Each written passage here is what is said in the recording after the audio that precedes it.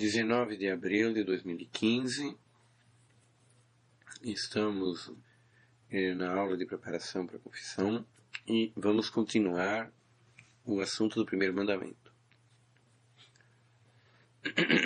Então, já falamos do primeiro mandamento e com ele dos 3 primeiros, naquilo que tem de mais profundo.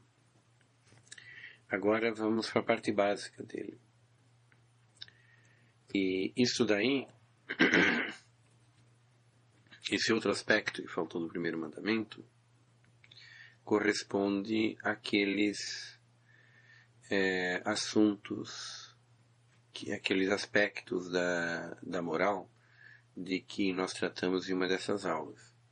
A função da moral, em primeiro lugar, é afastar a gente do pecado grave. Em todas as atividades, em todas as organizações, em todas as sociedades, em todas as alianças, em todos os pactos, existem aspectos que você não pode, em hipótese alguma, violar. Num avião, por exemplo,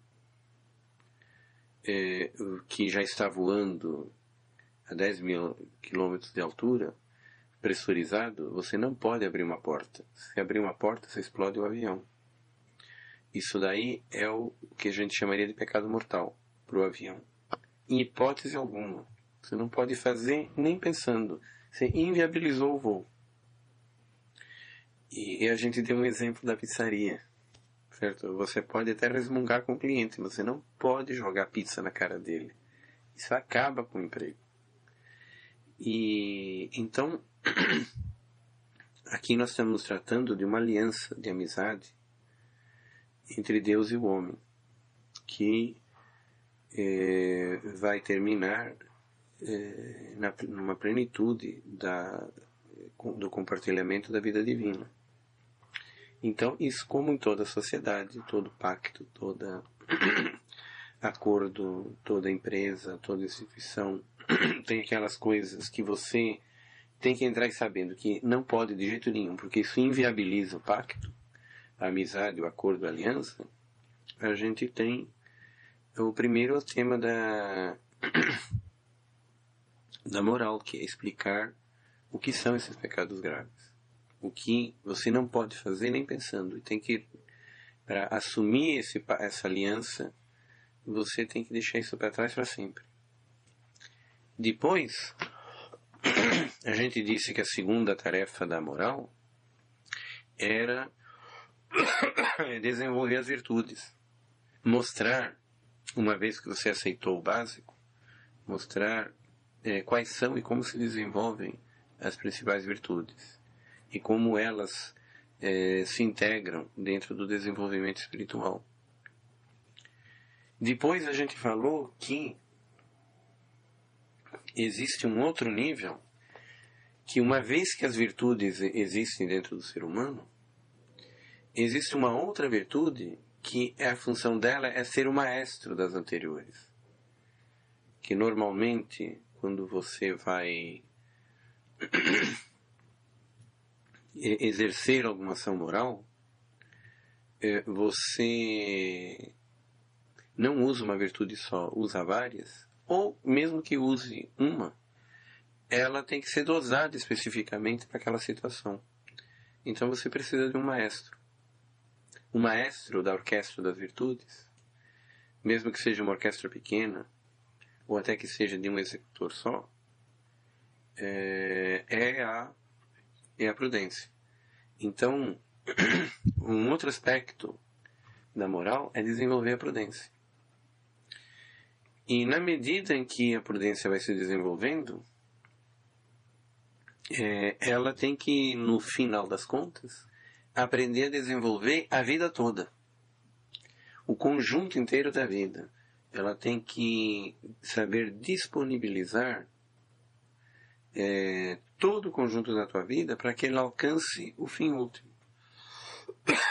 Você tem que se decidir pelo fim último, que é, em termos de filosofia clássica, a contemplação. Em termos do cristianismo, é a união com Cristo, pela qual a gente alcança uma comunhão com a Santíssima Trindade.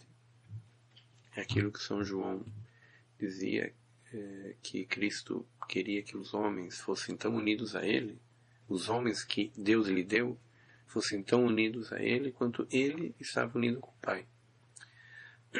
Isso ocorre principalmente através da vida espiritual e através do exercício das virtudes teologais, que unindo-se entre si, acabam desembocando no que a gente chama de contemplação infusa.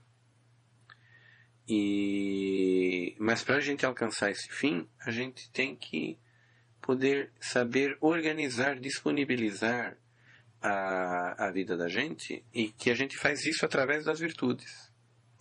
E essas virtudes têm que ser coordenadas pela prudência. Então existe um último assunto, digamos assim, da moral, que é habilitar a prudência, habilitar a nós, que é através da prudência, de ser capazes de, não importa o ofício e a ocupação que a gente tenha, a gente saber alcançar a plena contemplação. E na prática, quando a gente lê os livros de moral, um dia, agora nós estamos nos expondo a nos confessar, mas mais tarde, se a gente se desenvolver como a gente espera na vida de virtudes, nós vamos ter que estudar de alguma maneira moral, ou através de palestras, ou através da orientação de alguém, ou através do estudo da gente. Na prática, o que você vai ver é que os livros todos esses assuntos todos, né, esses vários assuntos todos, eles estão tratados não parecem estarem tratados no livro de moral. Parecem estar tratados em livros de assuntos diferentes. E os livros de moral não parecem isto. Não? Os livros de moral, para algumas pessoas, parecem que estão... os livros especializados em moral parecem que estão tentando habilitar um sacerdote erudito a ser capaz de ouvir bem uma confissão, como se ele fosse um juiz. E de fato é verdade. Ele é um juiz. Na confissão o sacerdote é pai, juiz e médico. Então ele tem que aprender o ofício de juiz, de médico e de pai. Mas como juiz, ele tem que saber julgar as coisas que o penitente ele está pondo.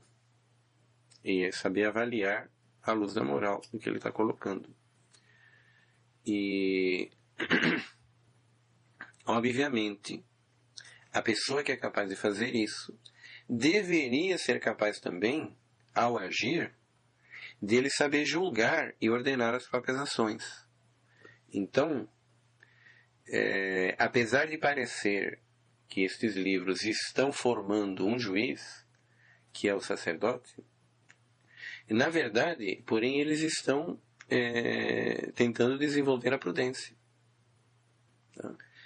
Porém, parece a alguns que esses livros, eles são para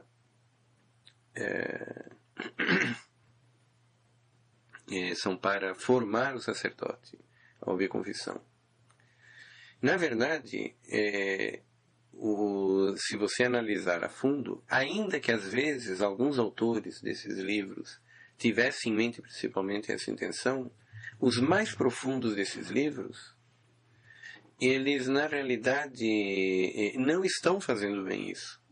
Se você analisar os mais profundos desses livros, que infelizmente no momento a maioria deles estão em língua latina, se você analisar os mais profundos desses livros, o que eles realmente estão fazendo, o que eles estão tentando fazer, é desenvolver a virtude da prudência, que é um dos aspectos da moral.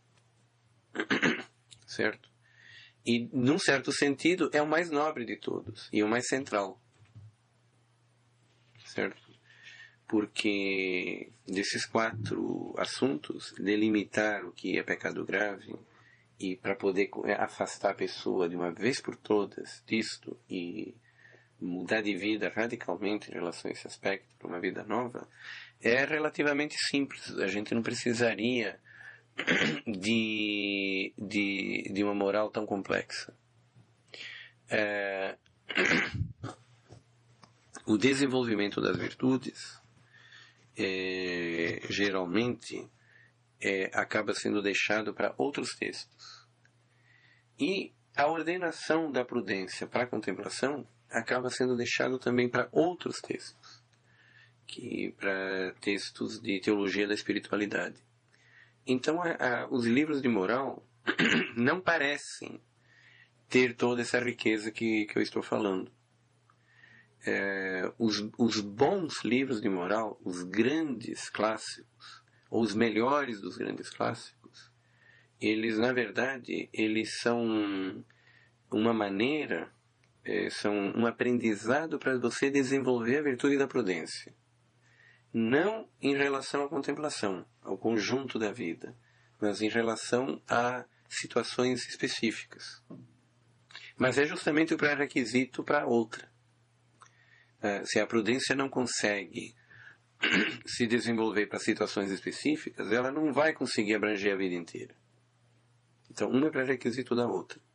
E essa outra, esse outro aspecto é deixado frequentemente por livros de espiritualidade, mas está implícito. Está implícito. Como supõe-se que um teólogo moral devesse ser, antes de mais nada, um profundo teólogo, e que é uma coisa amplamente abrangente, os livros de moral se concentrando no desenvolvimento da prudência, o teólogo, o estudioso que estivesse estudando, ele deveria ser capaz de completar. Porque é um absurdo você ser um grande conhecedor de moral e não conhecer o restante da teologia como um todo. E então, como na verdade eu estou dizendo isso porque um dia você ou outras pessoas que puderem estar ouvindo essa gravação, elas provavelmente vão topar com os livros de moral e não vão reconhecer logo essa descrição que eu estou dando. Ao contrário, vai estar parecendo que esses livros querem desenvolver a perícia jurídica do confessor ao ouvir as confissões. Então, eu estou dizendo que os mais fraquinhos, dos bons, os mais fraquinhos, podem até ter sido feito assim. Os melhores e mais profundos, na verdade, se concentraram nessa terceira tarefa. Eles estão estão tentando desenvolver a virtude da prudência. E o resto ou está embutido, ou está implícito, ou tem que ser preenchido, ou tem pequenas referências, mas que você encontra em outros lugares. Mas a ideia toda é esta. E no caso dos 3 últimos mandamentos, certo? Que pode parecer, inclusive, estranho que a gente tenha desenvolvido esses mandamentos com essa profundidade, mas que na verdade é a essência do mandamento.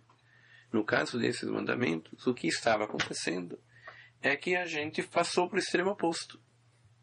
Quer dizer, no caso dos 3 primeiros mandamentos, e a abordagem que a gente fez do primeiro na última aula, era justamente já quase para explicar como que a gente ordena as virtudes teologais, a fé, esperança e caridade, para a própria contemplação. Então a gente passou para o extremo.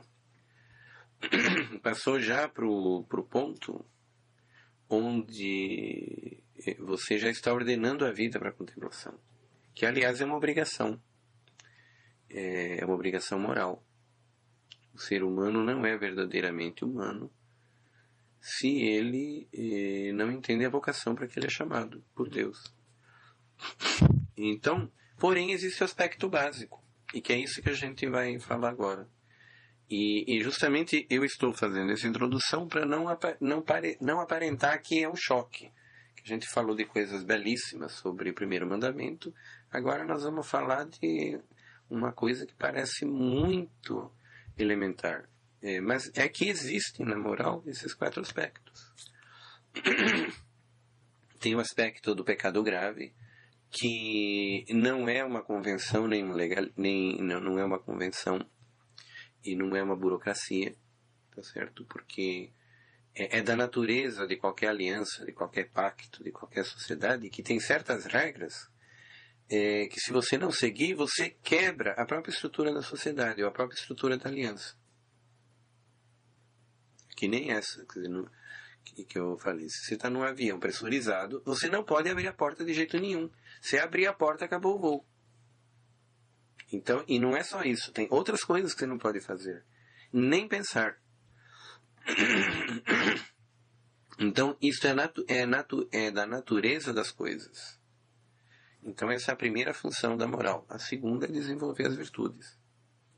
E a terceira é coordenar as virtudes pela prudência. E a quarta é você coordenar a vida toda para a meta suprema, para a qual você precisa que as próprias virtudes se coordenem numa totalidade para um fim máximo. Então, a gente estava tratando justamente desse polo oposto, quase. Agora a gente vai ter que voltar para o primeiro. E eu estou dizendo tudo isso para justamente não provocar um choque, como se a gente estivesse dizendo, não, mas são 2 abordagens completamente diferentes. Esse é um ponto de vista, aquele outro ponto de vista. E são pontos de vista contraditórios. E estou dizendo, não são contraditórios. Quer dizer, toda moral tem esses 4 pontos de vista que pertencem à natureza do agir humano. Então, o que a gente tem que ver agora é, dentro do primeiro mandamento, o que é pecado mortal. O que é impensável. Porque no outro extremo, você não tem regra. No outro extremo, a regra é você ir até o limite. Então, mas no extremo oposto,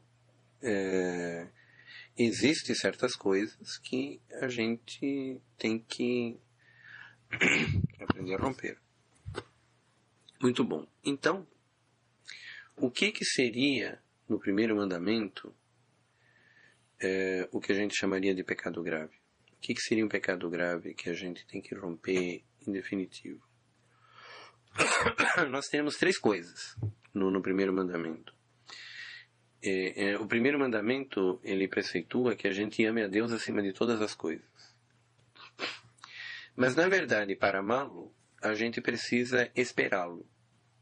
E para esperá-lo, a gente precisa crer nele. E essas são as 3 virtudes teologais. Não é possível amar a Deus se você não o crer. Mas só crer não é suficiente. Você, para poder amá-lo, amar a Deus, na verdade, em sua plenitude, não significa apenas querer bem. Pelo que a gente viu na aula anterior, o ato próprio do amor é querer unir-se. Então, quem apenas crê em Deus, ainda não ama. Para poder amá-lo, querer unir-se a Ele, numa amizade onde ela tenha esse nível de profundidade, você tem que também esperá-lo. Quer dizer, você saber que é possível, que Deus realmente não apenas revelou-se para que você saiba que Ele existe, mas Ele revelou-se porque Ele nos ama e Ele quer uma amizade conosco. Ele quer unir-se a nós. Então, isto não é uma utopia. Isto é possível e você espera que isto se realize. Certo? Isso é a virtude da esperança. Na verdade, a virtude da esperança é ela que apressa a união entre a fé e a caridade. Quando você espera, você sabe que é possível e que é um objetivo plausível, e aí você se anima e você corre em direção à meta. Se você vê uma moça que você admira ela muito, mas você sabe que é impossível, porque é a princesa da Inglaterra e você é um plebeu, certo? Um pobre plebeu coitado, você nem sequer vai tentar fazer coisa alguma. Mas se ela é a tua colega de escola, e você gosta dela, e você sabe que inclusive ela não está comprometida, você tem esperança de que ela pode ser a tua noiva. Você não vai perder tempo. Você vai correr atrás dela. E aí você pode unir-se a ela por amor. Então, a doutrina cristã, a teologia, diz que não é possível amar a Deus se não houver a virtude da esperança e se não houver a virtude da fé. Para amar a Deus, diz a Sagrada Escritura, você pode ver na Epístola aos Hebreus, capítulo 11, se não me engano, verso 1, se não for o 1 é logo em seguida, diz assim, que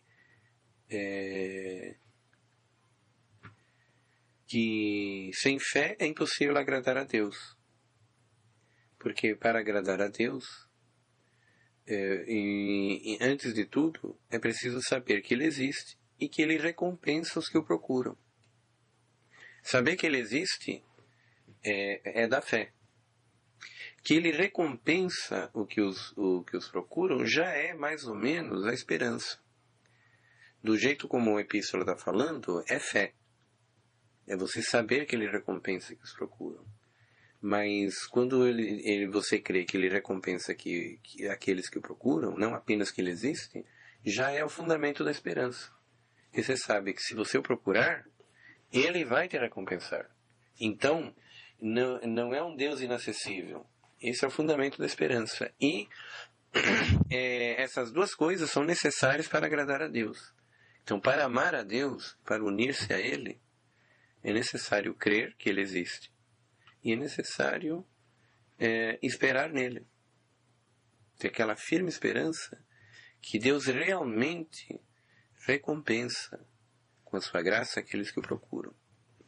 Então, na verdade, a fé, esperança e a caridade, ou melhor, a fé e a esperança, eles estão dentro do mandamento do amor. Eles fazem parte. Tá? E as coisas que seriam pecados contra o primeiro mandamento, na verdade, são os pecados contra as virtudes teologais.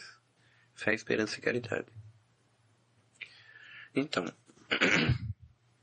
o que seria um pecado contra a fé? Um pecado contra a fé seria negar os mistérios que Deus revela. E para que a gente possa crer em Deus, não basta que a gente queira. A gente necessita da sua graça. Essa graça Deus não a nega a ninguém. A menos que a pessoa ela já tenha rejeitado tantas e tantas vezes e de uma maneira tão ingrata que ele pode retirar sua graça de uma pessoa que caia nessa infelicidade. Mas Deus, ele dá a graça de crer a todas as pessoas. Se ele nunca tivesse concedido, ninguém poderia se condenar, porque essas pessoas, elas não acreditariam sem culpa nenhuma. E Deus quer que todos se salvem e cheguem ao conhecimento da verdade. Então, constitui um pecado contra a fé a gente negar as coisas que Deus revela quando elas já estão suficientemente reveladas a nós pela sua graça. Então, por exemplo, uma pessoa que acreditou em Deus, ela já creu em Deus, então ela já teve essa graça de crer. Ela creu sinceramente. E ela creu também que Deus instituiu a igreja. E ao instituir a igreja, deu-lhe o poder de ligar e desligar. Então deu-lhe o poder de, com autoridade, ela inclusive definir certos pontos de doutrina que podem não ser claros no texto da revelação. Existem muitas coisas na revelação que, para a maioria das pessoas, elas não teriam inteligência ou elevação espiritual suficientes para poder enxergar claro. Por exemplo, existe matrimônio. O matrimônio é sacramento ou não é sacramento? Existe a Eucaristia. O corpo a pessoa do Cristo, quer dizer, o corpo e o sangue de Cristo estão realmente presentes na Eucaristia ou é um símbolo? Outras coisas, inclusive, mais do corrente. Jesus disse que o matrimônio é indissolúvel, que o homem não separe o que Deus uniu. Mas em outra parte da Sagrada Escritura, Jesus diz que a lei foi feita para o homem e não para a lei, e não o homem para a lei. E ele dá a entender, portanto, que certas leis, dependendo das situações, podem ter exceção. Agora, ele não disse claramente, pelo menos à primeira vista, se no caso da indissolubilidade do matrimônio, vale uma exceção ou não vale uma exceção. Então, em princípio, o casamento é indissolúvel, mas isso vale para qualquer caso? Então, ninguém fez essa pergunta para ele. Apesar de que a gente pode entendê-la se a gente compreender bem o contexto. Então, a igreja ela tem toda a autoridade, com base na tradição, que vem desde os apóstolos, e na assistência que ela é garantida pelo Espírito Santo, de ela definir com autoridade essas coisas, dirimir isto. E é um serviço que a igreja presta, porque inclusive esses pontos são tantos que se a igreja não dirimisse isto, as pessoas teriam que ficar estudando a vida inteira, para quando ficassem bem velhinhas, se conseguissem chegar em alguma conclusão. E aí não daria tempo de começar a ter uma vida espiritual. Então, é um pecado contra a fé se uma pessoa, por exemplo, que já acreditou em Deus, que acreditou em Cristo e acreditou na igreja, ela enxergou isso claramente e aceitou, se ela negar os pontos básicos da fé que são definidos pela igreja ou que são absolutamente claros na Sagrada Escritura. Isso seria um pecado grave contra a fé. Então, você negar um dogma de fé, a partir do momento que você já tem a luz suficiente para enxergá-lo, e se um indivíduo ele já creu, sinceramente, já era um bom cristão, e de repente ele começa a negar, não, eu não acredito mais que existe o inferno, não acredito mais nisto, aquilo sim, aquilo não. Isso daí, além de, na verdade, ele está negando implicitamente que foi Deus que revelou, porque se realmente ele reconhecia que era Deus que tinha revelado, Deus não pode se enganar. Então, se ele está enxergando que Deus se enganou, porque ele não concorda com alguns, é porque ele está negando que foi Deus que o revelou. E isso é um pecado grave, porque isso daí, na verdade, impede todo o desenvolvimento da vida espiritual. Nós temos acesso à comunhão com Deus justamente através da fé. E essa seria a base material da fé. Você está minando pela base a possibilidade do teu desenvolvimento espiritual. E você está negando, inclusive, que seja realmente Deus quem se revelou. O problema é quando fulano ainda não creu, porque em alguém que já creu realmente com sinceridade, você vê claramente que ele já teve essa luz de Deus. Então ele já tem a luz para compreendê-lo. Se ele está negando, ele não pode dizer que ele não teve a luz. Tá? E que se ele nunca tivesse tido, não seria pecado. Se uma pessoa nunca tivesse tido a graça para crer, não é pecado não crer. Então, uma pessoa que nunca ouviu falar de Jesus, um pagão, que só ouviu falar que existe um chinês, um árabe, um mongol, alguém de longe, um esquimó, que ouviu falar que existiu Jesus, como existiu Buda, existiu não sei quem, e ele não crê. Esse fulano não pode estar cometendo um pecado mortal por não crer. Ele ainda não teve a revelação nem externa suficiente para poder crer. Quem já creu sinceramente em tudo e de repente começa a negar, você já vê, por hipótese, por suposto, que ele teve a luz suficiente para crer. Então, ele está cometendo um pecado grave ao negar qualquer conteúdo da fé. Seja os que a igreja tenha definido, seja o que ele já enxergou claramente, que mesmo que a igreja não tenha definido, é o que se depreende da revelação.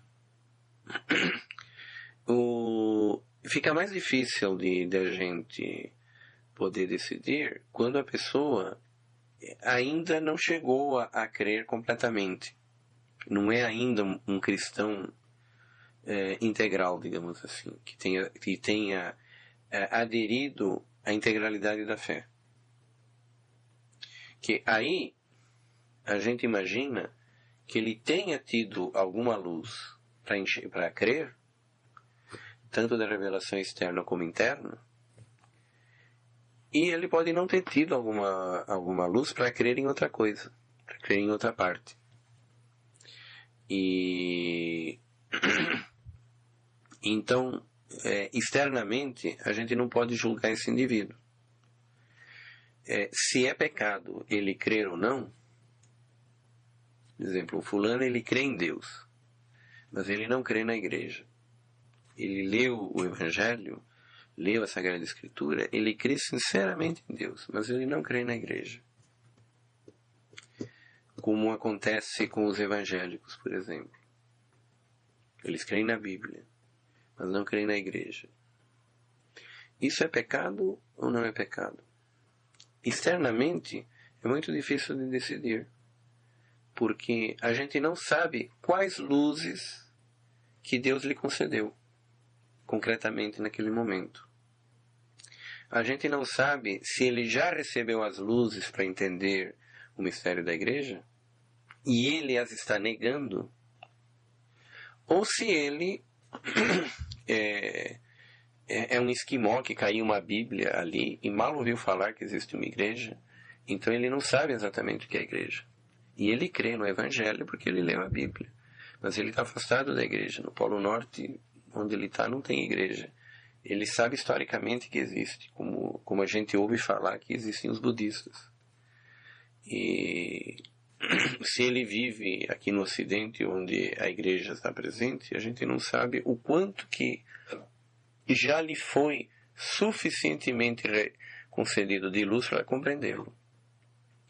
Então, é muito difícil saber externamente se ele está pecando contra a fé ou não. É um problema que ele vai ter que resolver entre ele e Deus. Tá? Se ele já era batizado e ele resolve se confessar,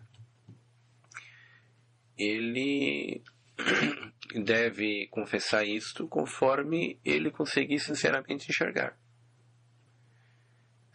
supõe-se que se ele vai se confessar é porque ele já acredita na igreja, senão ele não estaria se confessando. Então, ele poderia expor na confissão, em linhas gerais, o estado da alma dele. Se ele souber enxergar, se ele já estava suficientemente claro essas coisas que Deus lhe iluminou pela graça, e ele era ele que queria, que estava negando, que ele o diga. Senão, não dá para julgar externamente. É uma coisa dele com Deus. Tá? Ele que tem que saber, e se ele não souber com clareza, então exponha do jeito, quando ele fosse confessar pela primeira vez, exponha do jeito que ele puder a sua situação. Então, mas de modo geral, o mais importante é a conduta que a gente deve ter.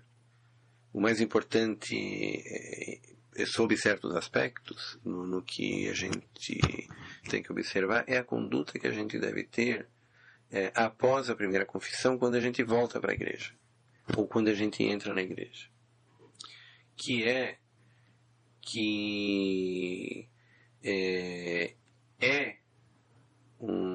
É matéria grave e pecado grave a gente negar as coisas que Deus revela claramente na Sagrada Escritura, ou aquelas coisas que a igreja define com a autoridade que recebeu como sendo matéria de fé. E isso é grave por causa do seguinte: este conhecimento todo nos é revelado por Deus, não é à toa. É porque em cima dele nós temos que montar a nossa vida espiritual. Então a gente não pode ficar perdendo tempo discutindo os fundamentos teóricos e epistemológicos da vida interior. É mais ou menos como quando um fulano vai fazer uma corrida de Fórmula 1. Ele tem que acreditar que o carro está em ordem, e que foi todo calibrado direitinho, e que tem gasolina, e que dá para terminar, porque ele tem que se concentrar na corrida. Se ele, no meio da corrida, ele tiver com dúvida se o tanque está cheio, se não está cheio, se o parafuso está no lugar, se não está no lugar, ele vai bater no primeiro poste e morre. Então, a vida espiritual é como uma corrida. E que os pressupostos da corrida, como o da Fórmula 1, são muito complexos. Muitos engenheiros tiveram que fazer aquele carro. O corredor ele tem que ter certeza que o engenheiro mecânico sabia o que estava fazendo, o eletrônico sabia o que estava fazendo, o engenheiro químico que destilou o petróleo e fez a gasolina sabia o que estava fazendo, e ele não pode se preocupar com isso, senão ele não tem condições de correr. Na vida espiritual é a mesma coisa. Se a gente for examinar todos os fundamentos da vida espiritual, ela não vai começar nunca. Então, Deus já prestou esse serviço para nós. Ele disse: olha, eu quero que vocês creem em tudo isto. E se houver alguma dúvida, e essa dúvida for relevante, a igreja vai decidir para um ponto final. Mas isso é para o bem de vocês, que eu não quero que vocês se preocupem com isso. Se vocês ficarem estudando todos os pressupostos epistemológicos do que eu estou dizendo, vocês vão gastar a vida inteira e vocês vão, na hora da morte, vocês vão dizer: agora eu entendi como é que faz. Então não adiantou nada. E eu não quero isso para ninguém. E isso se tiver alguém que seja capaz de abarcar todas essas coisas. Então Deus quer que ele creia que ele existe. Ele quer que ele creia, que nós creiamos que ele é a Santíssima Trindade, Pai, Filho e Espírito Santo.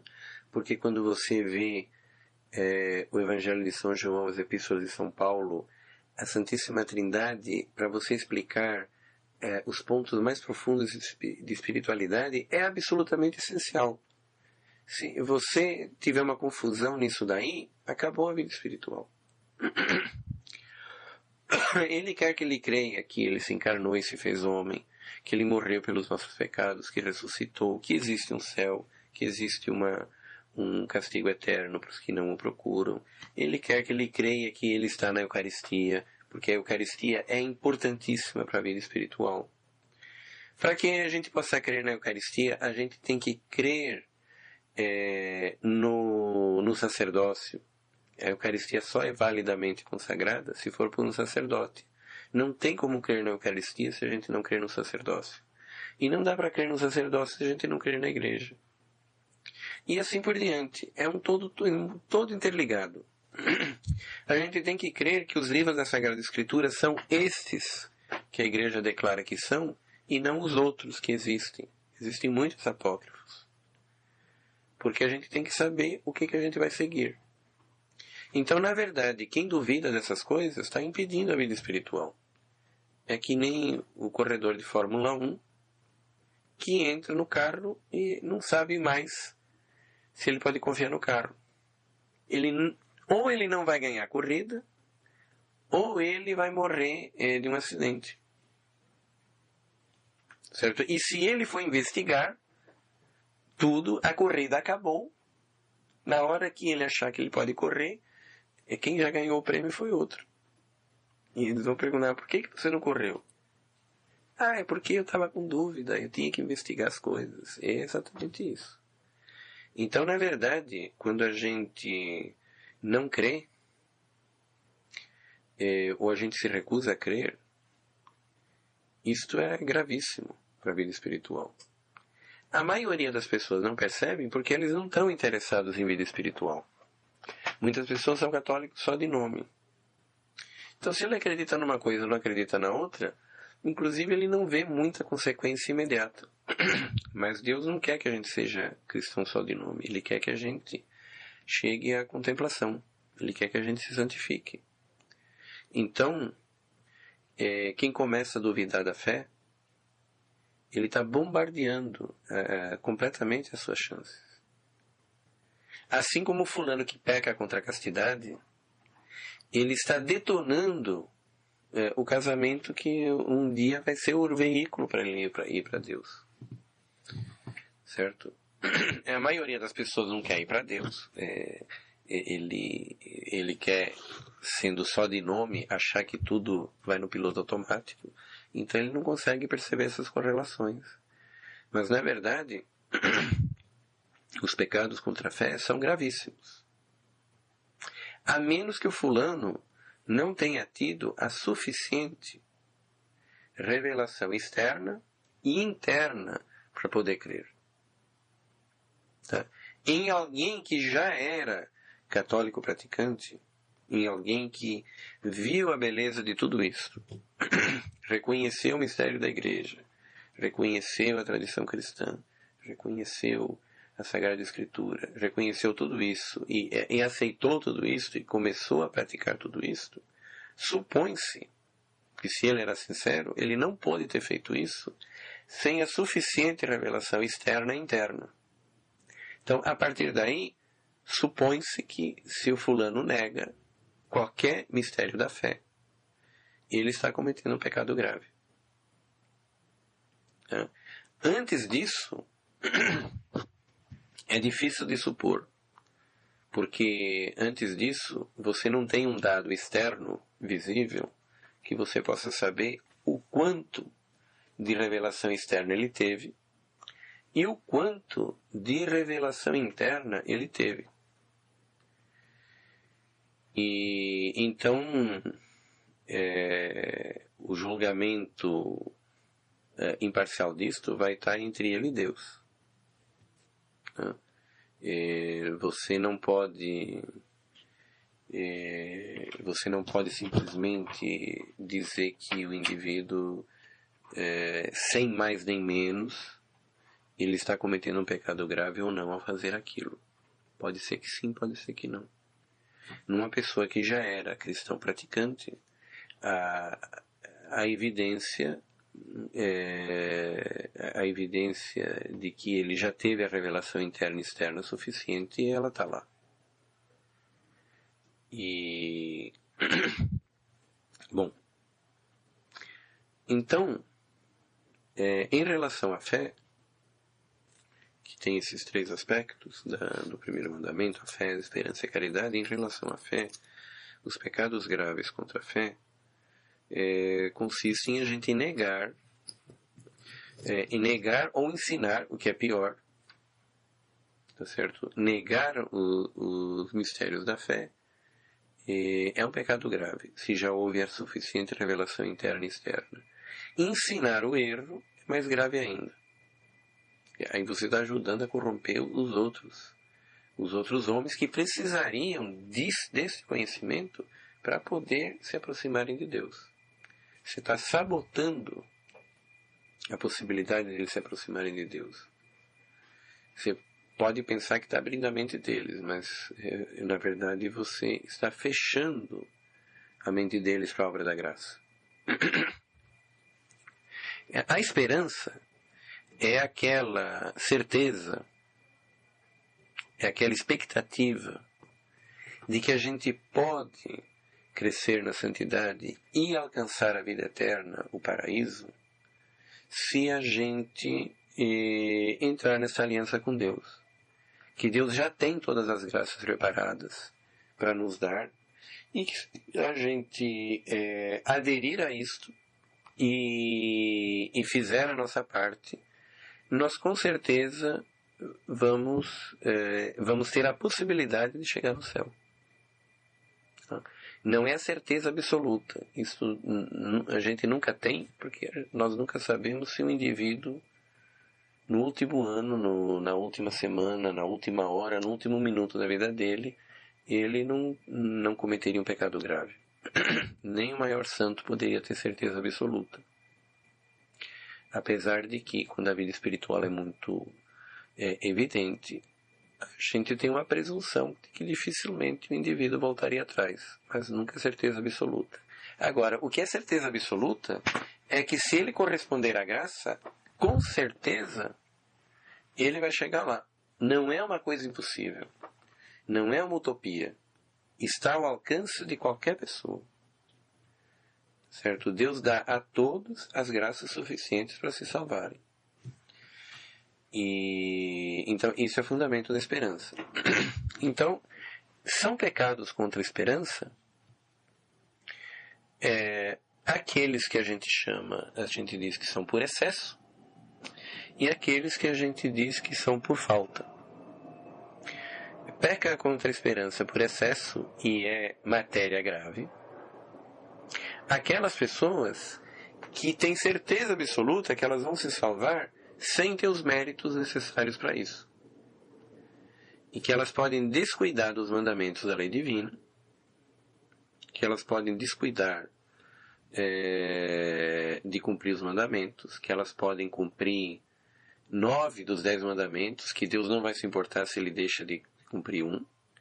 E as pessoas costumam pensar isso, especialmente em relação ao sexto. Tem um monte de gente que diz, olha, eu cumpro dos 10 mandamentos, eu cumpro 9. Eu não roubo, não mato, eu amo a Deus, etc. O único que eu não cumpro é a castidade. Mas Deus não vai me condenar porque eu cumpri 9 e deixei um. Primeiro que, na verdade, o raciocínio não está correto. Fulano que normalmente, de uma maneira pertinaz, não cumpre um, você pode ter certeza que ele está deixando de cumprir muitos outros. Ele virou um cego. E segundo, o que acontece é que a natureza do pecado grave é que se você fizer só um, acabou. É que nem o caso do avião. Se você fez tudo direitinho, montou o avião, colocou o melhor comandante, mas você abriu a cabine no momento que ela estava pressurizada, você só fez um erro, mas você explodiu o avião. Então ele não pode dizer, mas eu fiz tudo certo, eu me preparei 20 anos para esse voo, e foi só um errinho, não é possível que vai explodir por causa de um erro. Mas a verdade é que é. É da natureza das coisas que tem certos pontos que são imperdoáveis. Imperdoáveis que eu quero dizer, eles não podem ser transgredidos. Posteriormente, se o indivíduo se arrepender, pode até ser perdoado. Mas aí é outra história. Você está voltando a reconstruir o relacionamento. Mas ele acabou, ficou destruído. Então, o excesso de esperança é justamente você achar, por exemplo, que você pode se salvar sem mérito, ou sem os méritos suficientes, ou que você pode se salvar você mesmo de vez em quando cometendo este ou aquele pecado que você não quer se arrepender, desde que seja pecado grave. E, então, o próprio fato de pensar assim, já é um pecado grave. É um pecado que a gente chama de presunção. O oposto desse pecado é o desespero. Não é o excesso de esperança, é a falta total de esperança. É o indivíduo que jogou a toalha fora porque ele diz: eu não consigo, eu estou perdido. Eu sou um pecador, eu não me emendo, ou então eu cometi um pecado tão absurdo que Deus jamais vai me perdoar, e nem eu me perdoo. Certo? Então eu já estou no inferno. Certo? Os meus dias estão contados. Os últimos dias de felicidade que eu tenho, esses últimos anos de vida. Então eu vou passear, vou fazer a coisa, porque eu não vou nem mais na igreja. Porque eu já estou perdido. Isso daí é o pior dos pecados. Isso daí é o pior dos pecados. Isso é mais grave do que o excesso de confiança, do que a presunção.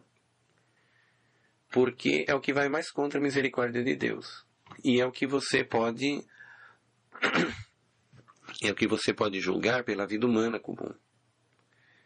Se você tem um filho e ele diz: eu vou pintar e bordar, meu pai não vai se importar.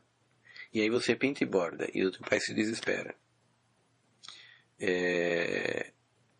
Isso é muito menos doloroso do que o filho que diz: olha, eu sou tão ruim, mas eu não presto, meu pai me odeia de tal maneira que o melhor presente que eu posso fazer é me dar um tiro, aí eu sumo da vida dele.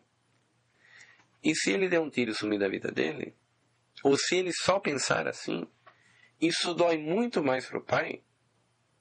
Isso, na prática, com os pais, pode levar o pai à loucura.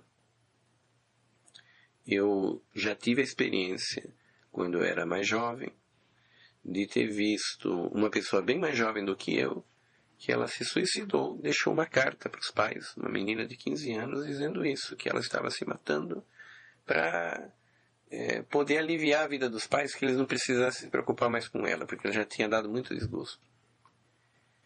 E, obviamente, o que aconteceu foi que a mãe enlouqueceu.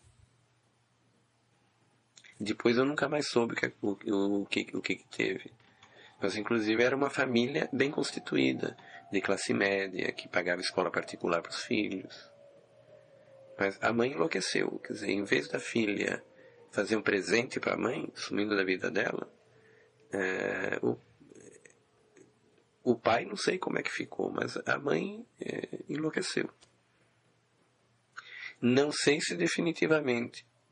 Tá? Mas Deus, por ser infinito e perfeito e todo-poderoso, ele não enlouquece. Mas você imagina o que é o pecado de desesperança. Tá? E existe gente que é assim. Existe gente que acredita e que crê em Deus e que, de repente, ele larga a toalha e diz: não, eu não vou me salvar, eu já estou perdido. E isso daí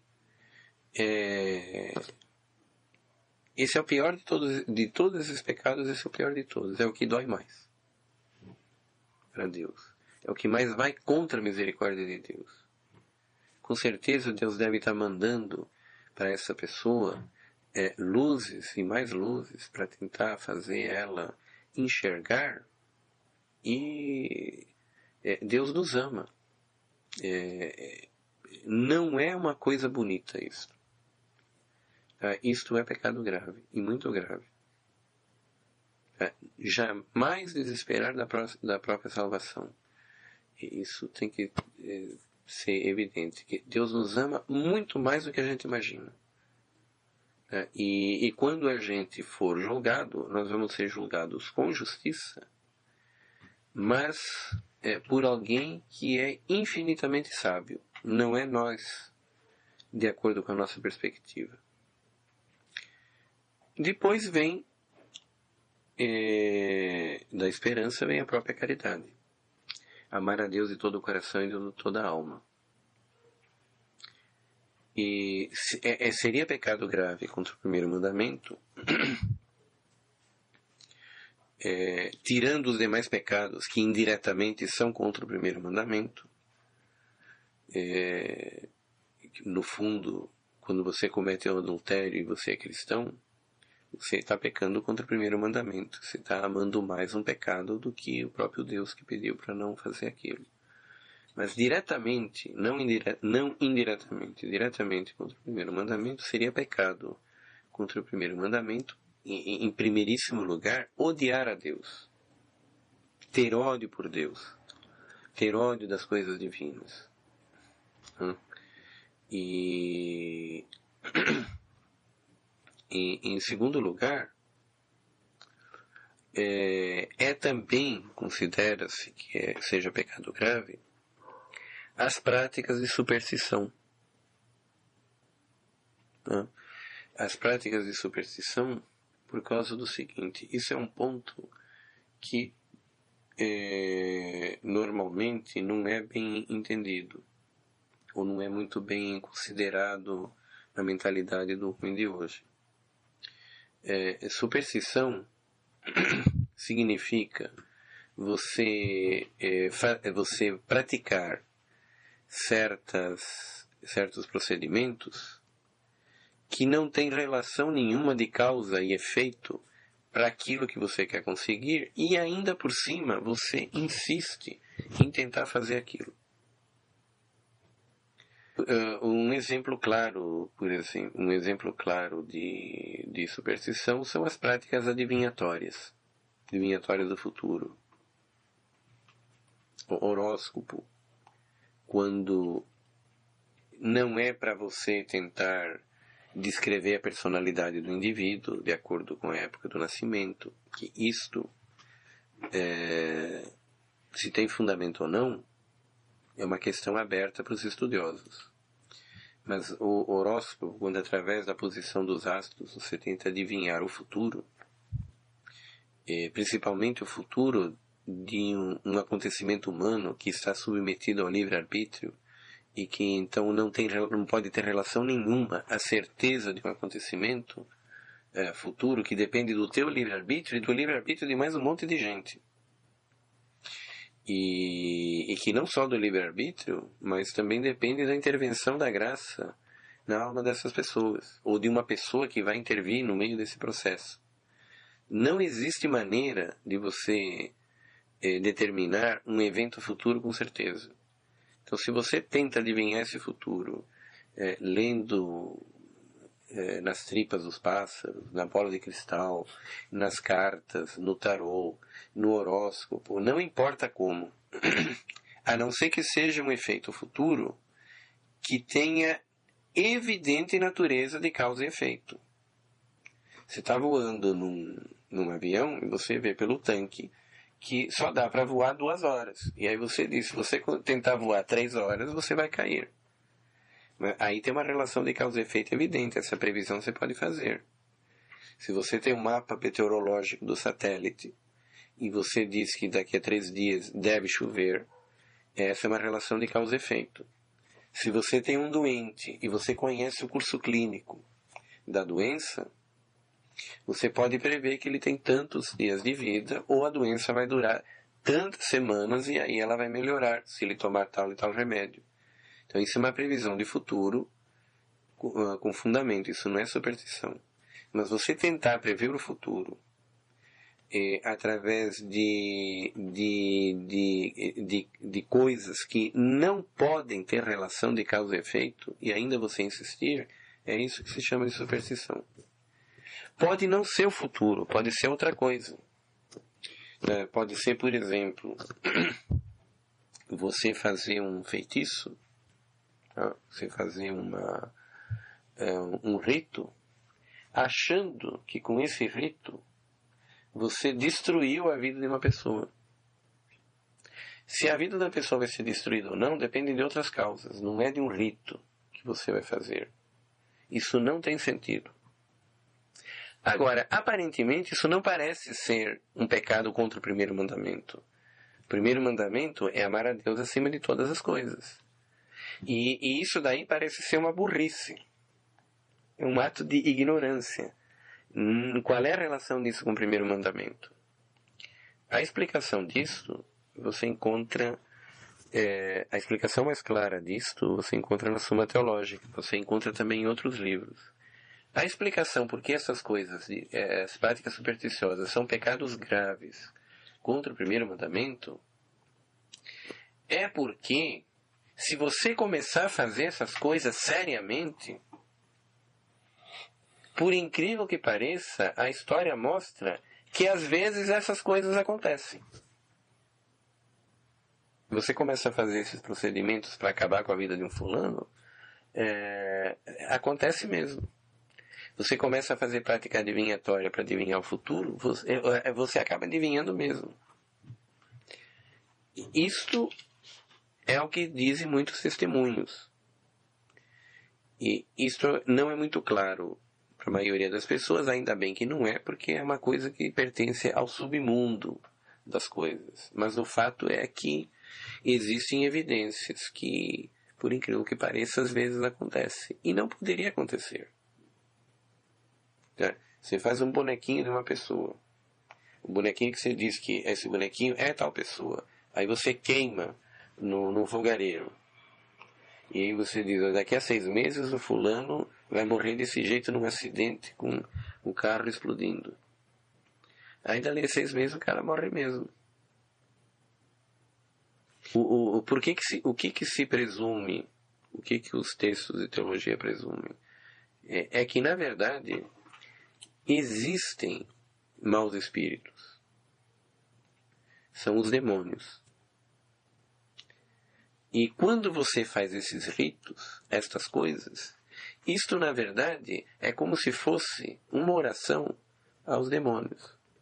Você está pedindo, quer você queira, quer você não queira, quer você saiba, quer você não saiba, tá certo? Quer seja a intenção ou não, você está pedindo a intervenção dos espíritos malignos que existem. Tá? Eles tentaram o Cristo e eles nos tentam. E o principal trabalho deles é introduzir mentiras na sociedade humana. O demônio é o pai da mentira. Ele não só alicia a gente a trair a esposa com a mulher do vizinho, o que às vezes não precisa nem dele, a própria mulher do vizinho já é suficiente. Quer dizer, às vezes ele pode entrar no meio se for uma pessoa boa, mas o principal trabalho dele é introduzir mentiras na história humana, na sociedade humana. E esses espíritos malignos existem. E essas práticas supersticiosas, elas são chamarizes deles. Então, onde houver uma prática supersticiosa que esteja sendo feita realmente para conseguir o efeito, isso daí, na verdade, é implicitamente um culto ao espírito do mal. Então, aí você vê porque ele é contra o primeiro mandamento. Você está cultuando os demônios. E não quer dizer, não importa nada que você tenha clareza evidente disto. Que você não tenha, que tua intenção foi esta, que não foi. Quer dizer, essas coisas, essas práticas já são condenadas na Sagrada Escritura desde o Velho Testamento. A Sagrada Escritura condenava os adivinhos, condenava aqueles que chamavam os espíritos para se comunicar com os espíritos. As sessões espíritas, ou mesmo que não seja espírita, as sessões supostamente mediúnicas, onde você tenta entrar em comunicação com os mortos, elas são, todas elas, gravemente pecaminosas. Porque às vezes não acontece nada, às vezes pode ser uma farsa, mas muitas vezes aquilo que supostamente aconteceu é uma mentira engendrada por um espírito do mal. Você não sabe quem você está chamando quando você faz uma prática destas. E mesmo que ninguém desses maus espíritos esteja interessado em aparecer, porque a humanidade já está tão perdida que eles não precisam se preocupar com isso mais, a essência da coisa é esta.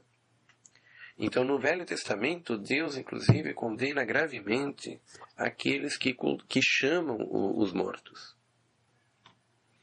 Então, tem um caso que é notável, no final do primeiro livro de Samuel, tem um caso do rei Saul, que ele pediu para uma adivinha invocar o espírito do profeta Samuel. E Deus repreendeu gravissimamente o rei Saul. Ele acabou morrendo em batalha por causa disso. E lá é uma lição tremenda. Deus abomina esse tipo de prática. Então, as práticas de superstição e as práticas de espiritismo, elas são condenadas gravemente e elas constituem em si não uma burrice. Tá? Se fosse simplesmente uma burrice, e não seria pecado contra o primeiro mandamento, e provavelmente não seria nem pecado grave. A natureza do pecado grave é aquela que a gente colocou lá nas primeiras aulas, o que vai contra Deus, contra a benevolência ao próximo, contra a castidade. E aquelas coisas que vão contra uma determinação da igreja que ela exige sob pena de pecado grave, porque Deus lhe concedeu a autoridade de fazer tal. E se fosse apenas uma burrice, eu não vejo nem como enquadrar isto dentro daquelas coisas, mas o fato é que ela implicitamente envolve uma comunicação com os maus espíritos. Então, ela vai contra o primeiro mandamento. E na prática, um bom cristão, ele dificilmente ele vai odiar a Deus, ele vai cair nessas aberrações, e nem ele deve pecar por desesperança, nem por desespero. Na prática, uma coisa que a gente deve observar muito, e muito, quer dizer, os 3 pontos mais importantes que a gente colocou, tudo é importante, mas 3 pontos que a gente tem que chamar muita atenção, principalmente para quem está começando uma vida espiritual, é a castidade, o respeito ao próximo e os pecados contra a fé. Porque essas coisas, a castidade, ela ajuda a gente a dominar o concupiscível. E o respeito ao próximo, intransigente, profundo, arraigado, ajuda a gente a dominar o irascível. Uma pessoa verdadeiramente paciente e determinada a respeitar o próximo em qualquer situação,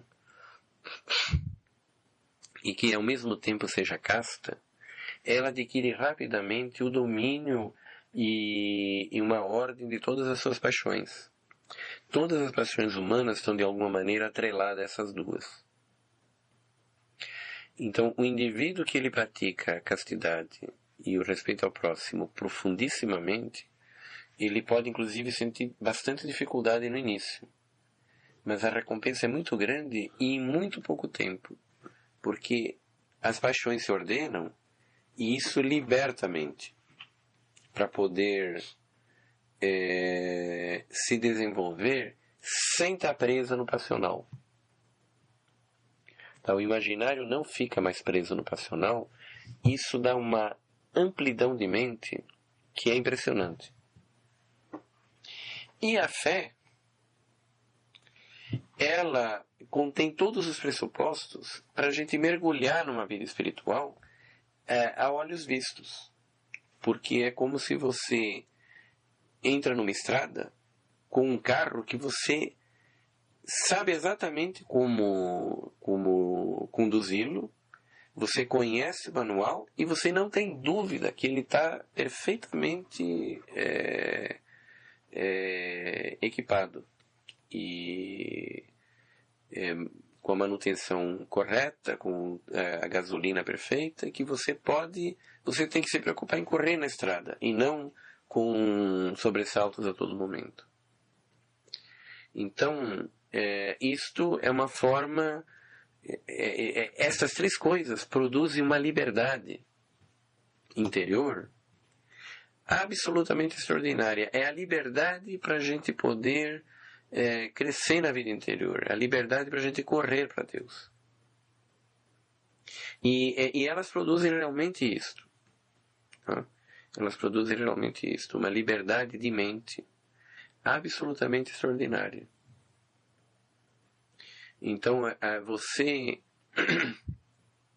crer com a ajuda da graça divina, sem pestanejar, na integralidade dos mistérios da fé, você praticar a castidade e o respeito ao próximo, isso produz uma liberdade interior para a mente poder se desenvolver, encontrar horizontes novos e se desenvolver para Deus absolutamente fora do comum. Então, nesses pontos, a gente tem que ser absolutamente intransigentes para o nosso bem. Em tudo que é pecado mortal, a gente tem que ser intransigente. Mas nessas coisas, a gente tem que desenvolver essa virtude muito mais. A gente crer, ser casto e respeitar o próximo com uma paciência a toda prova. Mais do que uma paciência, com uma benevolência. Tá? Não é a mera paciência. A paciência é resultado da benevolência do amor ao próximo, mesmo se for o inimigo. Certo? Acabo de explicar como é importante ter um cuidado especialíssimo com 3 dos preceitos que vimos até agora da lei de Deus: a castidade, o respeito ao próximo e a fé. De tal maneira que nós temos que ter o maior cuidado para cumprir isto em toda a sua radicalidade. Porque essas coisas dispõem a nossa mente para nos libertar das paixões e permitir enxergar mais longe, e ao mesmo tempo impedem que elas se envolvam com dúvidas e com incertezas que não permitem que nós comecemos a correr. E essas 3 coisas produzem uma libertação e uma amplidão de vistas extraordinárias no ser humano, inclusive muito rapidamente. Mas existe uma outra coisa que é igualmente fundamental, e tão fundamental quanto isto, só que num outro plano. É a questão da oração. A questão do 3º mandamento, que pede que nós dediquemos a Deus e a vida de oração e espiritualidade a 7ª parte do nosso tempo útil. Isto é fundamental em outro sentido, porque estes mandamentos, a fé, a castidade e o respeito ao próximo, eles se referem àqueles entraves que costumam colocar os principais obstáculos à vida espiritual. Mas, no 3º mandamento, é a própria vida espiritual. Então, nós removemos os entraves justamente para que a gente possa correr, mas é preciso que a pessoa queira correr. E a vida de oração e a espiritualidade são absolutamente fundamentais. É a melhor parte do Evangelho. O que isto significa, o 3º mandamento, é o que está contado, em última análise, no episódio de Marta e Maria que nós vemos no Evangelho de São Lucas. Jesus foi visitar duas irmãs e uma irmã ficava na cozinha trabalhando como uma louca, arrumando as coisas, fazendo café, comida, pãozinhos, etc. E Maria, a outra irmã, estava aos pés do Senhor, ouvindo a sua palavra. E quando Marta pediu que Jesus desse uma bronca, repreendesse a irmã Maria, porque ela não estava ajudando na cozinha, quem acabou sendo repreendida foi a Maria, a Marta, aliás, quando Jesus disse que ela se preocupava com muitas coisas, mas poucas coisas eram necessárias. Na verdade, somente uma era necessária, e que Maria tinha escolhido a melhor parte, que nunca lhe seria tirada. Então, esse preceito pelo qual Deus pede que nós dediquemos a Ele a 7ª parte do nosso tempo útil, e colocando em outras palavras, significa que Ele não quer que a gente cuide só da cozinha. Ele quer que nós fiquemos aos seus pés, conversando com Ele e adquirindo intimidade com Ele, para que a gente possa vir amá-lo como quem o conhece entranhadamente. E que é através disso que Ele nos mostrará o Pai, que significa a Santíssima Trindade. E, evidentemente, o que ele está querendo dizer é que ele quer, ele exige, ele nos ordena que nós não sejamos só Marta, que nós usemos 6 partes do nosso tempo para o trabalho de Marta, mesmo que seja esse trabalho de Marta para um trabalho apostólico, mesmo que seja na liturgia, mesmo que seja no breviário, mesmo que seja no apostolado, na catequese, no ensino da teologia, no atendimento aos pobres. Nós temos 6 tempos disponíveis para poder trabalhar. E a 7ª parte do nosso tempo, Ele quer que nós estejamos a seus pés, em comunhão com Ele. Essa comunhão com Ele, ela se realiza basicamente através da oração. E quando na oração nós praticamos as 3 virtudes teologais, fé, esperança e caridade, e pouco a pouco elas vão se fundindo, vão se unindo e se transformando no que a gente chama de contemplação infusa. Então, isto não tem nenhum substituto. A única coisa que é equivalente a isto são aqueles 10 minutos que nós passamos junto com Cristo quando nós recebemos a Eucaristia. Aqueles 10 minutos, mais ou menos, em que as espécies eucarísticas ainda se conservam e nos quais o Cristo está sacramentalmente presente conosco, ensinando-nos a ser íntimos com Ele e a amá-lo. Fora dessa experiência da Eucaristia, não conheço outro substituto para a oração, outra coisa que possa ser equivalente, por mais que sejam louváveis e por mais que sejam preparatórios para isto. Então, a vida de Maria, ela é obrigatória, pelo que nós entendemos. E o grande problema, porém, estava na medida. Que se a vida de Maria é obrigatória, mas ela devesse ocupar todo o nosso tempo, nós não teríamos outra alternativa a não ser desvencilharmos de tudo e dedicarmos apenas à oração. Só que, neste caso, a natureza humana estaria mal construída por parte de Deus. Porque o ser humano ele tem que trabalhar, tem que comer, tem que cuidar da cozinha.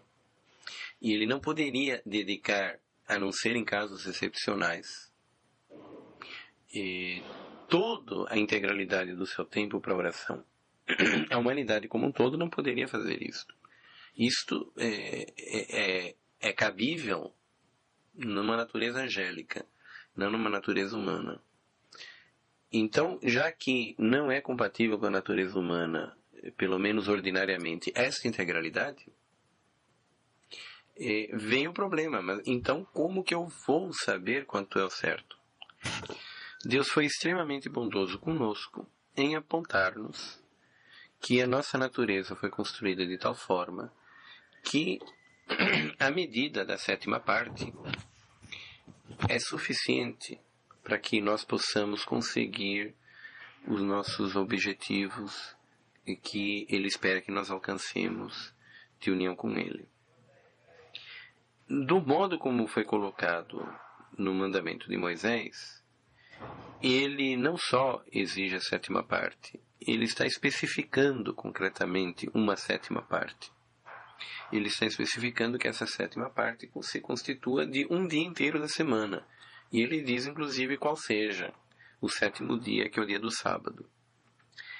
Esta especificação, nós, após a vinda do Cristo, nós entendemos que constitui uma cerimonialidade do mandamento que foi abolida com o advento do Cristo, sua morte e ressurreição. O dia do domingo, que passou a ser observado no lugar do sábado, e quanto à obrigatoriedade do culto no dia do domingo, não é uma lei divina, é uma lei eclesiástica. De um ponto de vista de como ela se realizou nos primórdios do cristianismo, ela é divina, sim. Ela é uma inspiração ela foi uma inspiração do Espírito Santo, porque imediatamente nós vemos que logo após a ressurreição do Cristo, todos os cristãos começaram a cultuar o dia do domingo, celebrando a ressurreição do Cristo. Mas enquanto lei jurídica exigida sob pena de pecado grave, de que haveria uma obrigação severa apenas sobre uma causa dispensável diante de uma causa justa, ela é lei eclesiástica. Foi a Igreja que, usando das suas prerrogativas, decidiu que assim fosse. Porém, em relação ao tempo que está determinado, essa sétima parte do dia útil, e isto a gente entende que faz parte da natureza da vida espiritual. E, portanto, ela não poderia ter sido revogada por Deus. Esse tempo é justamente aquele que a experiência dos santos que percorreram toda a vida interior dizem que é necessário para que a nossa vida espiritual consiga passar pela porta estreita que existe logo após a primeira morada, e sem passar pela qual nós não conseguimos entrar no reino de Deus, nas moradas interiores. Então, os santos são mais ou menos concordes pela prática e pelo testemunho que, a menos que nós dediquemos cerca de 2 horas à oração diariamente, o que corresponde mais ou menos a 1/7 do tempo útil de que nós seres humanos dispomos, dificilmente entramos no reino de Deus. Então parece que o grande segredo que está por trás do terceiro mandamento, do mandamento do sábado e do mandamento de dedicar um tempo ao Senhor, é essa questão da sétima parte. E isto é algo que é mais do que um simples conselho, que nós podemos aceitar ou não. Pode-se dizer que isto é uma obrigação? O testemunho que nós vemos de toda a tradição cristã é que não se chega à plenitude da vida espiritual sem que haja este mínimo de dedicação à intimidade divina. Por outro lado, nós sabemos, e o Concílio Vaticano II, inclusive, colocou isso explicitamente, que Deus chama a todos à plenitude da santidade. Inclusive, Ele morreu na cruz justamente para que nós possamos alcançar isto. Na epístola de São Paulo a Timóteo, São Paulo diz que Deus quer que todos se salvem e cheguem ao conhecimento da verdade. E nós temos o testemunho que isto é impossível sem essa sétima parte separada para Deus. Então, se Deus exige, Ele deu o seu Filho para isto, e a gente diz, não estou interessado, não tenho tempo, isto não se pode dizer que é um conselho. Isto não é um conselho que é lícito aceitar ou recusar. Tá? Isto é mais do que um conselho. Isto é uma ordem. O problema que aqui nós estamos querendo determinar é se existe algum limite claro que permitisse afirmar quando que isto constituiria um pecado grave. E o que se observa nos livros de moral é que não existe uma definição clara sobre isto. E há as razões para tanto. É óbvio que uma pessoa que despreze isto, uma pessoa que diga que não quer ser perturbado porque ele não tem tempo para rezar, ele não vai se dedicar à vida espiritual, isto não é com ele, ele vai cumprir os mandamentos, irá na missa aos domingos, mas não me peça mais do que isto, e eu não tenho tempo, não terei, não quero saber, e se tivesse também, isto não é comigo, não é minha vocação. Isto, dificilmente a gente poderia desculpar de pecado grave. Ele está evidentemente se recusando àquilo que Deus veio lhe pedir. Porém, tirando esse caso de um desprezo claro, evidente e nítido, não existe uma regra clara do que constituiria um pecado grave em relação a isso. É evidente que, por um lado, a própria tradição cristã testemunha que uma negligência para com a vida de oração é uma temeridade gravíssima. Uma temeridade porque quem descuida da vida de oração, ela infalivelmente irá acabar cometendo os pecados graves que nos colocam fora da vida divina. Porém, por outro lado, não é apenas por ser uma temeridade, por ser uma atitude arriscada de você poder cair em outros pecados, que a gente não deveria recusar esta vida de oração, esta vida de Maria. Isto, como eu estava dizendo, não é apenas um conselho. De alguma maneira, é um mandamento de Deus. Não é possível chegar à santidade se vivermos apenas o trabalho de Marta. Mesmo que esse trabalho seja feito por amor a Deus. Nós temos obrigatoriamente que ser Maria para alcançar uma comunhão maior com Deus. E Deus está sendo muito bondoso em nos transmitir-nos o modo como fazer isto. Não se pode dar uma regra certa para o início da vida espiritual.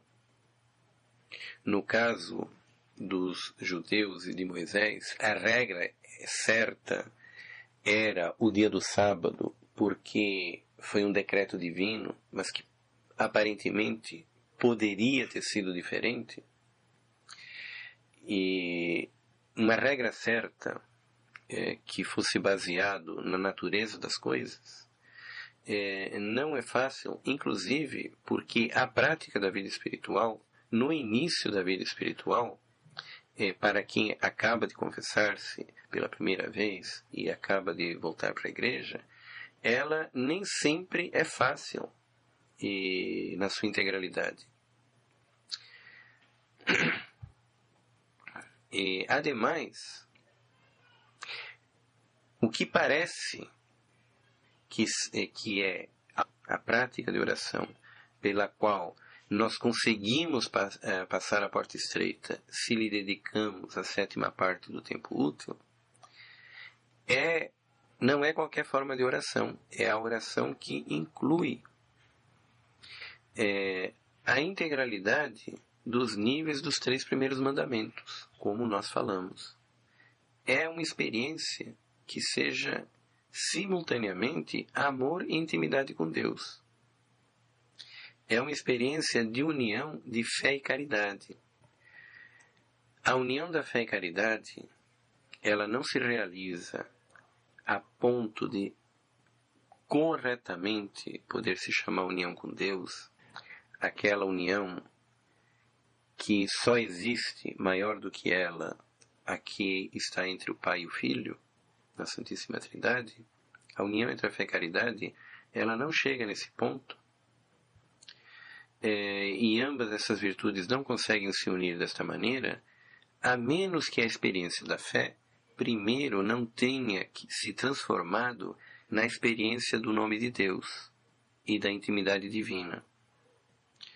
A menos que a experiência da fé não tenha se transformado num reconhecimento vivo de que, através da fé, se nos está comunicando a intimidade de uma pessoa. No começo da vida espiritual, não se consegue fazer isto. E é muito difícil alcançar isto. No início da vida espiritual, somente é possível uma certa experiência, até sublime muitas vezes, desta união entre a fé e a caridade, dentro do sacramento da Eucaristia. Mas o sacramento da Eucaristia não dura mais do que cerca de 10 minutos. É o tempo em que as espécies eucarísticas, elas não se desmancham. É o tempo em que Jesus, em sua humanidade e divindade, está junto conosco na Eucaristia. E evidentemente, não é o problema de se fazer algum tipo de fermento de pão que pudesse durar mais tempo. E se isto foi feito assim pelo Cristo, é porque era para ser assim. A Eucaristia é uma experiência para ser vivida alguns minutos. Então, já que no início da vida espiritual é possível experimentarmos algo da comunhão com Deus através da Eucaristia, seria bom que as pessoas que iniciam a vida interior, elas pudessem comungar com frequência. E, ademais, fora do momento da Eucaristia, elas procurassem imitar na oração, durante os 10 minutos, a mesma experiência que eles alcançaram na Eucaristia. Que eles procurassem viver alguns momentos durante o dia de uma experiência de oração que tomassem como modelo o que elas aprenderam com o Cristo pessoalmente na Eucaristia. E com isto, elas podem alcançar uma referência concreta e vivida do que seja oração, mesmo que seja por um tempo curto. E elas poderiam, além disso, fora desses 10 minutos, aproveitar um tempo que elas já poderiam aprender a separar dessa 7ª parte do tempo útil entregue ao Senhor. Elas poderiam aprender a separar esse tempo e usá-lo enquanto não são capazes de uma oração deste modo. Se elas tiverem um compromisso de busca da verdade, e utilizar o restante da sétima parte no estudo da Palavra de Deus, na meditação da Palavra de Deus, das Sagradas Escrituras, mas não como quem lê uma história, não como quem está adquirindo erudição para poder fazer uma palestra, mas como quem está buscando compreender uma verdade que transcende as suas possibilidades do momento. Uma verdade mais profunda do que ela consegue alcançar. Ao fazer isto, no fundo, nós estamos implicitamente pedindo que o Espírito Santo, que vive pela graça dentro de nós, se estivermos em estado de graça, nos ilumine para podermos enxergar mais claramente a verdade divina. Nós estamos, na verdade, dando uma oportunidade que Deus comece a se nos comunicar e possamos gradativamente aprender a ter intimidade com Ele, que é o primeiro passo antes de a gente amá-lo profundamente. Além da própria Palavra de Deus, além da própria Sagrada Escritura, pode-se também meditar nas vidas dos santos, que seguiram os exemplos das Sagradas Escrituras, ou nos textos dos Santos Padres, dos quais eu citaria principalmente Santo Agostinho, Hugo e Ricardo de São Vítor e Tomás de Aquino, que escreveram coisas maravilhosas para que nós pudéssemos compreender melhor o sentido das Sagradas Escrituras. Eles são como um reverbério das Sagradas Escrituras. Mas, de qualquer maneira, sempre o principal será as Sagradas Escrituras e mais ainda o Novo Testamento. E temos que fazer isto dando a oportunidade e pedindo insistentemente ao Espírito Santo, como quem bate a uma porta, que ele nos mostre o sentido íntimo da verdade que estamos efetivamente procurando. Isto é extremamente importante. Não existe meditação se não houver busca de verdade. A busca da verdade e a consciência de que existe uma verdade a ser buscada é o pressuposto da meditação. Nenhuma leitura, nenhum estudo, sem isto, pode se tornar verdadeira meditação. A meditação busca a verdade. E se nós estamos buscando uma verdade revelada, essa verdade só poderá ser compreendida com a ajuda da graça do Espírito Santo. Essa busca, inevitavelmente, ela é um pedido do Espírito Santo. E esse pedido do Espírito Santo irá fazer com que nós gradativamente, pouco a pouco, passemos a ter uma intimidade cada vez maior com Ele e com o Cristo, a quem Ele nos revela. Quando nós amamos e descobrimos uma certa intimidade, podemos dizer que isto é o Espírito Santo. Quando esta verdade se nos comunica, ela mesma é o próprio Cristo, o Verbo de Deus, que está tentando se participar a nós. Enquanto não estamos, porém, nesse ponto de alcançar esta intimidade que fundamente um amor de união, não parece haver um fundamento de uma obrigação radical sob pena de pecado grave de que nós tenhamos que usar exatamente a sétima parte do tempo. Porque enquanto isto não ocorre, não parece haver um motivo para que se exigir a sétima parte. Tirando a própria cerimonialidade do mandamento divino do Velho Testamento, onde Deus exigia, porque assim o quis, durante algum tempo, que lhe fosse consagrado exatamente um dos dias da semana, e exatamente aquele, é cerimonialidade que foi revogada com o advento de Cristo.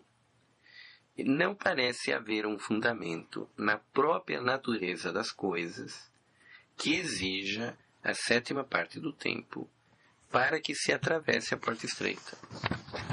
A 7ª parte do tempo que parece conduzir através da porta estreita parece ter o seu verdadeiro valor para conduzir através dessa porta quando se alcança uma experiência de oração que possa ser descrita como uma comunhão íntima com Deus através do Cristo. Porém, é evidente que para se chegar a isto, deveríamos separar um tempo razoável para aquelas práticas cotidianas, espirituais, para que sejamos alimentados pouco a pouco com o pão nosso supersubstancial de cada dia, que nos conduz o quanto antes a este ponto. Parece muito razoável que nos esforcemos o mais empenhadamente possível, e a 7ª parte pode ser uma boa sugestão. Mas o que parece mais justo aqui não é tanto exigir a 7ª parte, mas como um empenho profundo em encontrar a verdade com a ajuda da graça do Cristo, encontrar uma intimidade com esta verdade, através da Eucaristia, da oração, da meditação das Sagradas Escrituras. Então, embora a 7ª parte nesse sentido não esteja na natureza das coisas, um empenho deste gênero, enquanto não se consegue integrar os 3 primeiros mandamentos, um empenho desse gênero não é um mero conselho, é uma ordem. Deus quer que nós façamos isto. Ele morreu para isto. Ele quer que nós sejamos íntimos com Ele. Ele quer que nós sejamos um com Ele, como o Pai é um com Ele. Uma negligência evidente em relação a isto, principalmente se for consciente, e mais ainda, se for por desprezo, chegaria a ser pecado grave. E quero chamar a atenção que isto não é importante somente para a nossa salvação. Muitas pessoas se perdem e muitas pessoas não conhecem a Deus porque nós não lhes podemos testemunhar o amor de Deus. Vocês lembram que Jesus ele disse: assim como eu vos amei, eu também quero que vocês se amem uns aos outros. O amor que eu vos dei não é meu, é o amor com que o Pai me amou. E assim como eu vos amei, eu quero que vocês se amem uns aos outros. Nisto conhecerão que vocês são meus discípulos, que vocês são cristãos, se vocês se amarem uns aos outros como eu vos amei. Quando as pessoas puderem reconhecer que o amor com que vocês se amam não vem de vocês, mas vem de mim, assim como vocês me conhecendo, vocês reconhecem, se abrirem para a graça, que este amor não vem de mim, mas vem da Trindade, vem do Pai, neste momento as pessoas conhecerão que são os meus discípulos, conhecerão que este amor vem de Deus, terão a experiência do amor de Deus, aquele amor que eu mesmo às vezes não posso lhes comunicar porque eles não querem ouvir, não querem abrir-se, mas com vocês elas podem vê-lo e elas podem perceber o amor que Deus também lhes tem. Obviamente, para amar os outros dessa maneira, é preciso a gente ter uma experiência do próprio amor de Deus. E então, nós temos obrigação de caridade para com essas pessoas. Existem muitas pessoas que se perdem porque nós não fomos capazes de testemunhar o amor que Deus tem por nós. E nós não o fizemos, porque nós não conhecemos o amor que Deus tem por nós. E nós não o conhecemos porque resolvemos ser somente Marta. Não quisemos ser também Maria. Estas pessoas, muitas dessas pessoas, que iriam conhecer a Deus através de nós, se nós tivéssemos separado a 7ª parte do nosso tempo útil para ser Maria, muitas dessas pessoas, a única chance que elas teriam de conhecer a Deus é através de nós. Porque, por questões da providência, não haveria outra pessoa disponível para chegar ali, naquele lugar, que não fôssemos nós mesmos. E nós simplesmente dissemos, nós não temos tempo. Nem para mim e nem para essas pessoas que Deus nos daria. Então, para muitas pessoas que Deus planejou salvá-las através de nós, podemos ter certeza que nós somos insubstituíveis. Não haveria outras que chegariam ali. Então, não só por nossa causa, mas também pela salvação dos demais, isto é uma obrigação. E é uma obrigação importante, tão fundamental, mas de outra maneira, com a castidade, o respeito ao próximo e a fé. Deus não quer que a gente seja apenas Marta. 6 tempos podemos trabalhar junto com a Marta.